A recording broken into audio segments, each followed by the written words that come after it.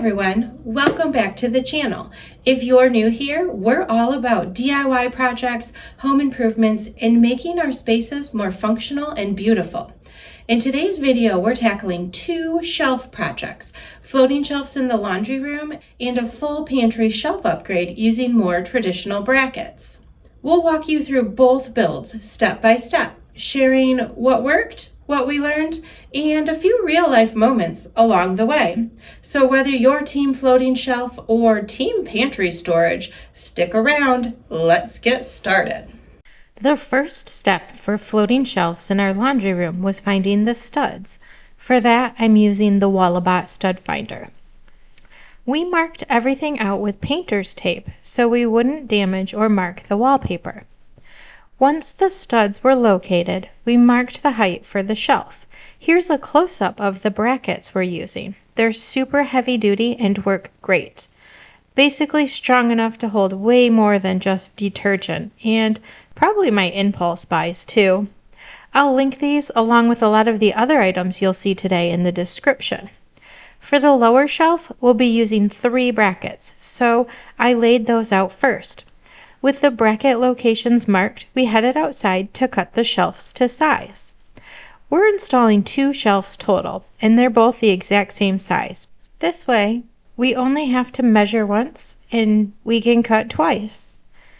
We started at the table saw, cutting the width first, and we made 2 passes, one for each shelf. Then we moved over to the miter saw to cut them to length. Once the shelves were cut, we gathered all the tools needed to attach the first 3 brackets to the wall. With everything ready, we drove the first screw through the bracket and directly into the stud. After checking it with level, we installed the second screw. I was struggling to reach the brackets, so I climbed right up on the laundry counter. Using the level to make sure we stayed straight across the wall, we installed the second bracket. Brandon held the level while I screwed it in, because 2 sets of hands were definitely better for this part of the project. Then we moved on to the final bracket, repeating the same steps.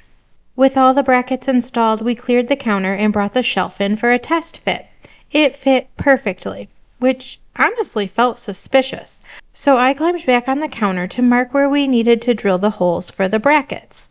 To drill the holes, we're using a self-centering dowel jig with a 1/2-inch drill bit. Before starting, we added a piece of tape to the bit so we wouldn't drill any deeper than needed, because once you drill too far, there's no undrilling. The jig worked great. We just pulled the bit out occasionally to clear out the sawdust. We repeated this for the remaining holes and brought the shelf back in to test the fit. At first, we realized it was just a tiny bit too long, so we took it back out to the miter saw and trimmed off about a blade width. Once we tried again, well, it was backwards, so we flipped it around, tried again, and finally slid it into place. Once installed, we checked the shelf with a level. It was super close, but not perfect, so we slid it out just slightly and tightened the end bracket. That tiny adjustment pulled the shelf up just enough to make it perfectly level, and saved us from staring at a crooked shelf forever. After gathering our tools and doing a quick cleanup, we moved on to the upper shelf, and because everyone loves pumpkin, someone decided she needed to be in front of the camera again. For this shelf, I started by marking out the height, then added the brackets, one at a time, 3 total, just like the lower shelf. We repeated the step of bringing the shelf in and marking where the drill holes would go, then drilled those holes off camera. You'd already seen that process once, and we didn't want to bore you or risk putting anyone to sleep. Once we were ready to install the shelf, we immediately tried it backwards again, because apparently we learned nothing. After flipping it around, we were finally able to slide it onto the brackets. This one was a much tighter fit, and it took a little more force to get it all the way back against the wall. Nothing dramatic, just a little convincing. With both shelves in place, we can move on to finishing. I decided to do this part in place because I'm pretty sure this top shelf is not coming back out without a fight, and I'd like to win this one. For the finishing, I started with a sanding block to make sure all of the wood was smooth and ready for stain. I'm wearing gloves for this part because sandpaper absolutely destroys my hands, and I've learned that lesson more than once. Once everything felt smooth, I gave the shelves a really good wipe down to remove any dust. This step is super important because any leftover dust will show through once the stain goes on, and there's no hiding it after that. For staining, I used a foam brush, which made this part so much easier. It really helps work the stain into all the little nooks and crannies, especially around the edges and where the brackets meet the shelf. I took my time here, making sure the stain was fully worked into the wood and evenly coated on all sides. This is the same stain color we used on the laundry room countertops, so everything ties together really nicely. I applied the stain in thin, even coats. It took a couple of coats to get the depth of color I wanted, but it was totally worth it. After the stain dried, I sealed everything with polyurethane to protect the shelves and give them a smooth, durable finish. Since these are in the laundry room, durability was definitely a priority. I added a couple coats here as well, lightly sanding between layers to keep everything smooth. And finally, once everything was fully dry, it was time to decorate. Here's what the shelves look like finished and styled. They add so much warmth to the space and make the whole laundry room feel more complete and pulled together. Definitely my favorite detail in this room. Our second shelf project brings us into the pantry. In addition to the shelves we're removing from the back of the closet, we also had a freestanding metal shelf in here. It wasn't very pretty and honestly wasn't very functional either. So step one was getting everything out and starting with a clean slate. Once the pantry was empty, we were left with a lot of holes in the wall, so I grabbed some drywall spackling and started patching. While the spackling dried, I marked out the stud locations, and then we were ready to start installing the shelf brackets. These are more traditional brackets since the pantry shelves won't be floating. We kept a roll of paper towels nearby to make sure they would fit underneath the bottom shelf. Pantry priorities. With the first bracket installed, we immediately got an animal parade, as both cat and dog jumped in to give their seal of approval. Once approval was granted, we moved on to bracket number 2, but the pantry quickly became crowded again with animals. Luckily, both the dog and cat eventually got bored and left, and we were finally able to install the third bracket.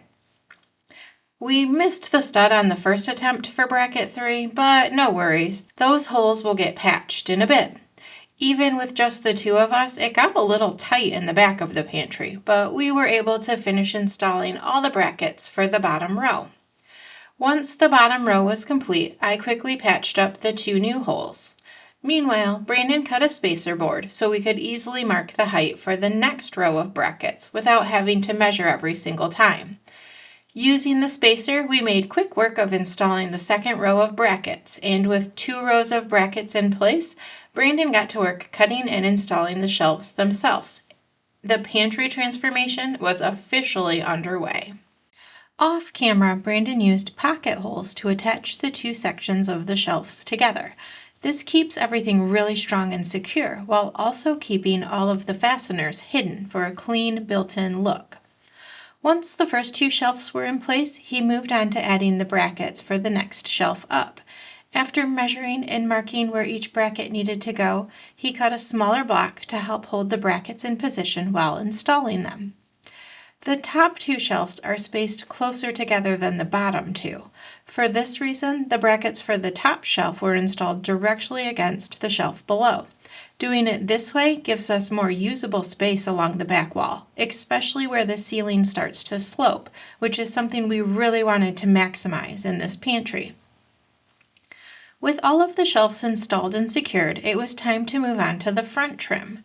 Brandon started by cutting each trim board to size on the table saw so they would fit perfectly across the front of every shelf. He then used the miter saw to cut precise 45-degree angles for both the inside and the outside corners, bringing everything together for a seamless look. Next, he used a router to add a rounded edge detail along the front of the trim. This small step makes a big difference and helps the shelves feel more finished and custom rather than just basic boards. Once the trim was ready, he glued and nailed everything into place using a brad nailer. This is one of the little details that really helps the final result look polished. At this point, the shelves were fully installed, trimmed out, and starting to look like they'd always been a part of the pantry. Next up was sanding. I started with the walls, smoothing out the spackling I applied earlier. Once everything was sanded smooth, I went back in with a second coat of spackling to fill in any spots that still needed a little extra attention. While that dried, Brandon took over for a bit. Oh, great. You guys saw me make a mistake. I didn't take the battery out of my router before I started playing with it. Always unplug and disconnect the battery from your router.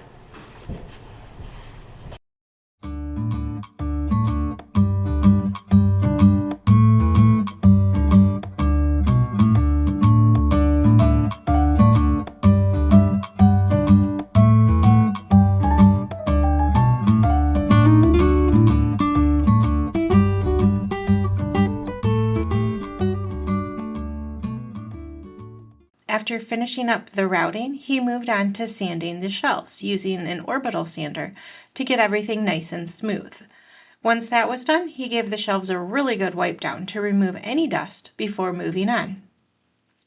Then it was time for caulk. I stepped back in and caulked all of the edges where the shelves meet the walls. I like to use what I call the baby wipe method. Basically, I run a thin bead of caulk and then use a baby wipe to smooth it out, wiping away the excess as I go. It gives you a clean line and helps prevent caulk from getting smeared everywhere. That said, next time I tackle a larger project like this, I might break out a caulking tool instead. I've used them before and really liked them. I just didn't have one on hand this time. The baby wipe method definitely works, but I did go through a lot of wipes. Next, we finally got to move on to paint, which always feels like a turning point of the project. I started with the walls, thinking I already had the paint on hand. The contractor who built our house left us with what I thought was a 5-gallon bucket of the wall color. Turns out it was just a bucket of garbage, so I'm really glad I stored that for 3 years. Since that plan didn't work out, I grabbed a different white. It's not an exact match, but it's really close, and at this point, it was going to have to do. After that, I moved on to painting the shelves. For these, I'm using Rust-Oleum Premium Latex paint. While Sherwin-Williams has been my go-to for the last few projects, between the two, I actually prefer the Rust-Oleum for shelves. The finish feels a little more durable and the coverage is slightly better. Because the shelves came pre-primed, I probably could have gotten away with just one coat, but since these are pantry shelves and will probably see a lot of use and abuse, I went ahead and did 2 coats to make sure they'd hold up long term. A little extra effort now means fewer touch-ups later, and that's always a win. And here they are, the shelves, fully finished and complete. We hope you enjoyed seeing both projects, from the floating shelves in the laundry room to the more traditional bracket shelves in the pantry. Now, we want to know, which ones do you like better, the floating shelves or the pantry shelves? Let us know in the comments. We would love to hear what you think. We've got some big things brewing around here and possibly even a move coming up. So make sure to like and subscribe so you don't miss out on any of the upcoming projects. Thanks for watching, and we'll see you on the next one.